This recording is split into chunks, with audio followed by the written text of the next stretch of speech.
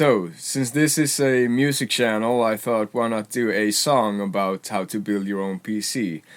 Not everyone understood what I was doing there. Intel i5 is your cheapest bet. For GPU, you don't really need to sweat. Or it went too fast, or the details were not clear enough. So I thought, why not just do a regular tutorial and talk about all the parts in your PC you need to build a home studio device. So I have Paint open here with all the components, and I thought we'd go through what you need. So yeah, let's dive right in. Okay, so here you got all the components for your music PC. We're going to start with the processor, because that's the most important thing. I know everyone can't afford a i7 or i9. I built my PC 2021, and I think the Intel i9 wasn't around in 2021. Maybe it came 2021 or 2022. But Intel i5 still works, but it's not the best choice. Preferably you would choose a more expensive CPU, because that's where you set the bar. The CPU will be your limit of how good your PC is going to be. Intel is no longer the number one choice as it was in 2021, because I think AMD made better stuff from 2021 and beyond. Before it was like Intel had the stronger core. They only had 2 or 4 cores, but they were stronger than AMD's 8-core processor. But then things changed. So the newer Intel was not going to be as good as the Intel was before, and AMD surpassed them in the qualities. You should at least choose an Intel i5 or i7 of the older models from 2021. But if you're going to choose a newer processor, I would go with like Intel i9 or an AMD AMD that is equal to an Intel i9. Because I think the AMD has surpassed the Intel one. So check out, ask in a store where you can buy your components, and ask for something that is equal to an Intel i9 processor, and you would be having the best choice.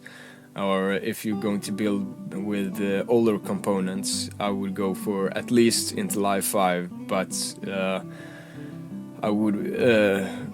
but even better would be the Intel i7.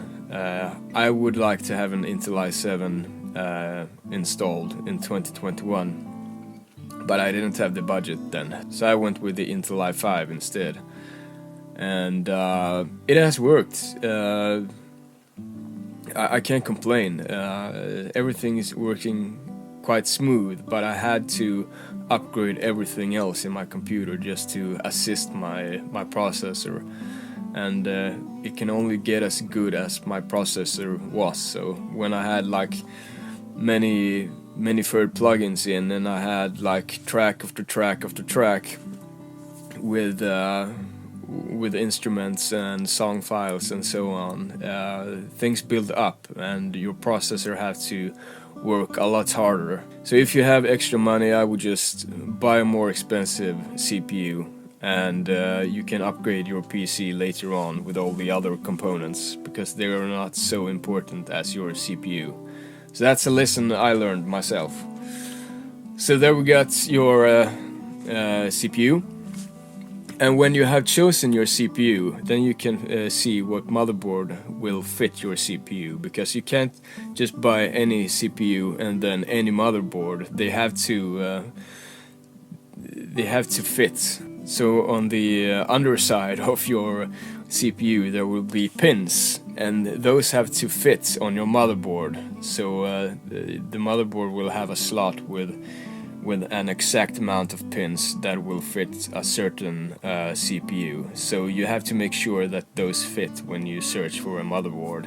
So let's say you buy the Intel i9 or an AMD equal processor, and then you have to Google like Intel i9 motherboards just to get the right one.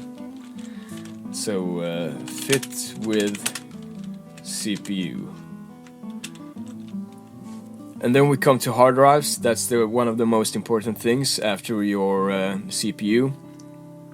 Because you need storage, and you need to separate storage just to make everything run as smooth as possible.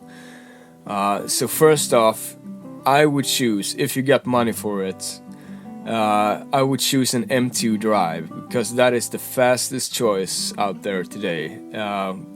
But you won't get as much storage for your money, but you will get the speed. And just to start your PC and get everything running as fast as you can, I would choose the M2 any day because of the speed. You can store things on other drives later on.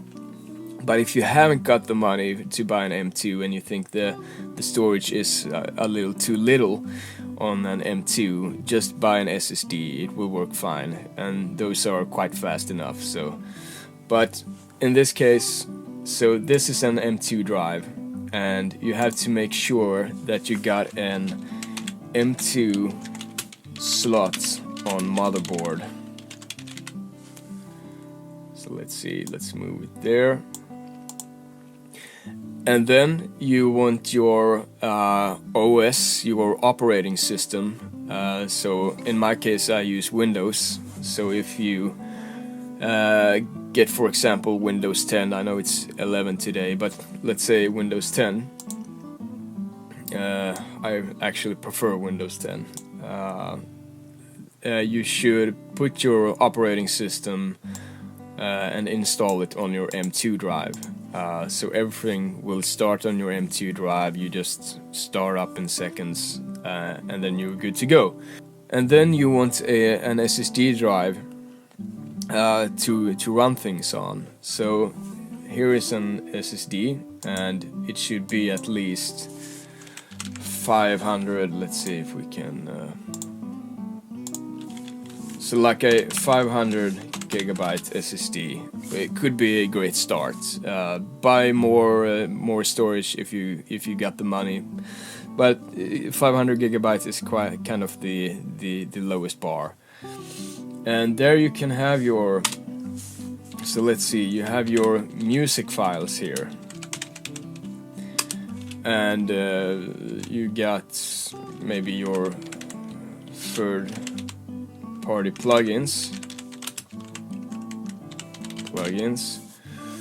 And all your music stuff. So you got one disk to just store everything that's got to do with your music. So that is separate from everything else. It just runs things so much smoother.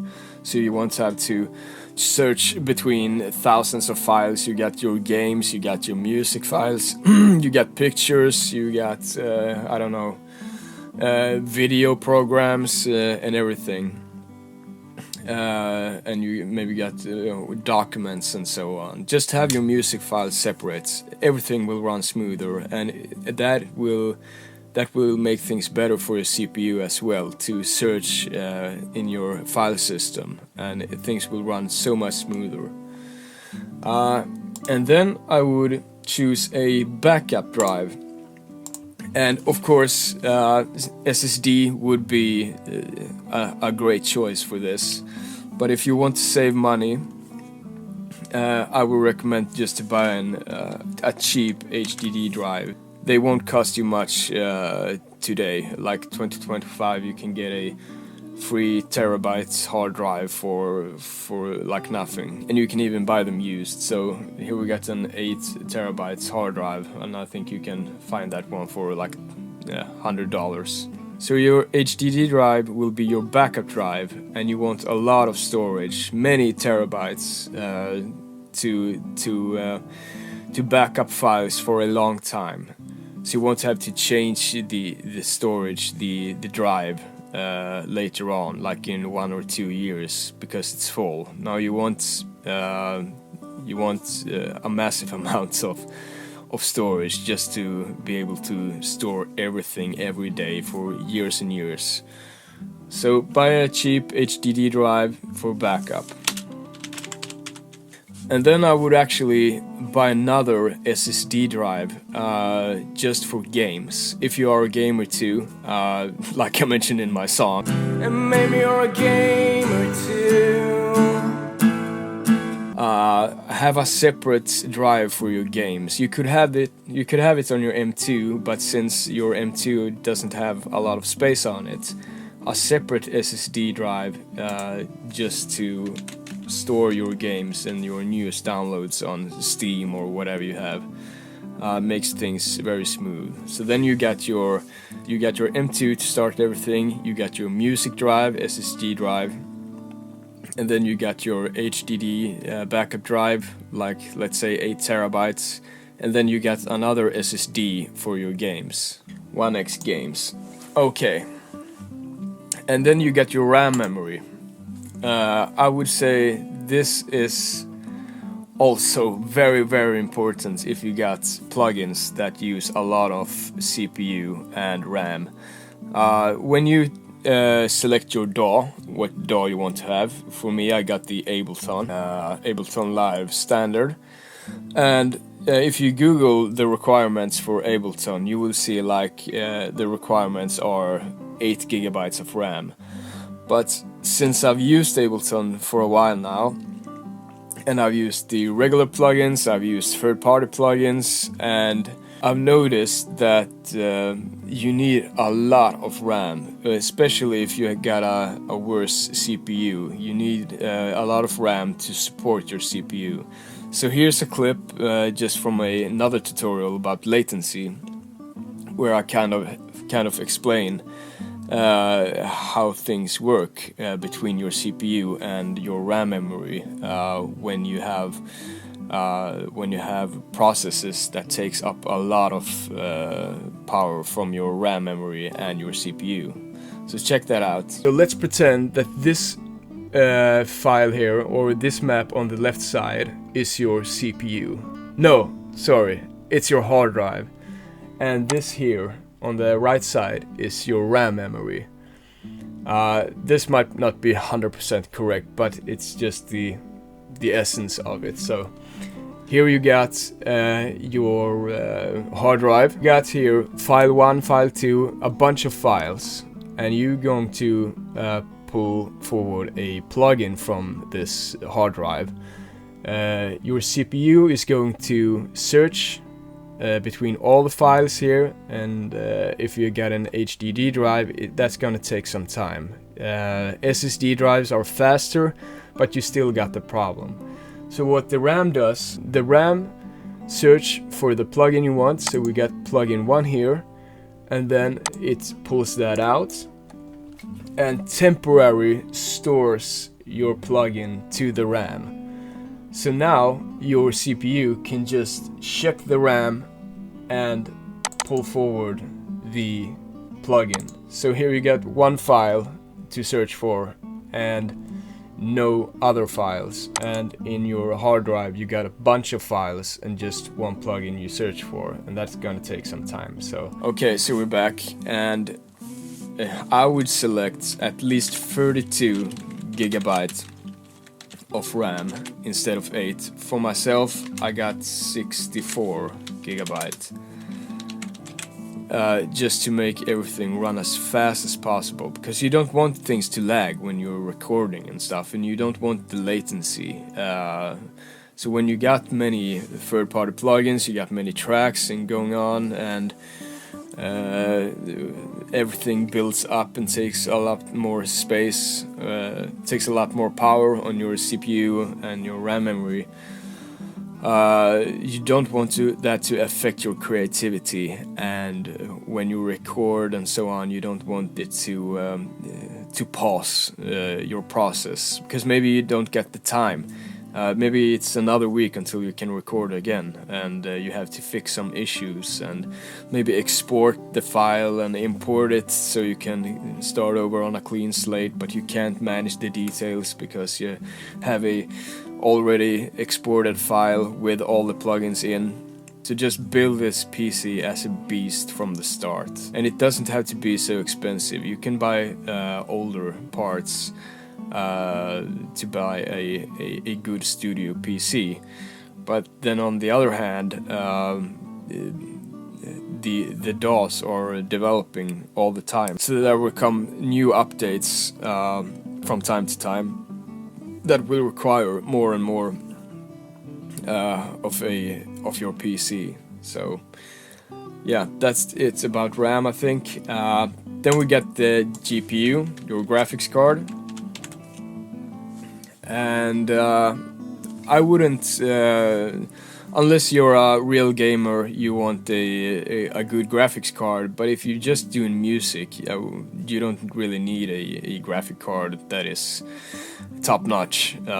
You just need it to work. Maybe you got two monitors. You want to have two HDMI cables connected to it, but otherwise you can buy the cheapest one. So I got the 1660, and it goes a long way for me. So I'll just write 1660 Super here, or 1660 Ti, or you can even buy a 1080 Ti or something older if you can find it for just a few $100s, or under $100 even. If you like gaming, a 1660 Super will be good enough anyway. Maybe not for GTA 6, but I don't know.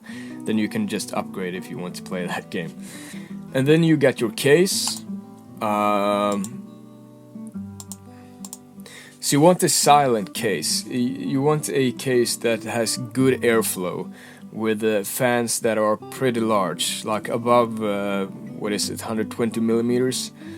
You want as big fans as possible in your case, so they won't have to run fast, and then they won't create a lot of noise.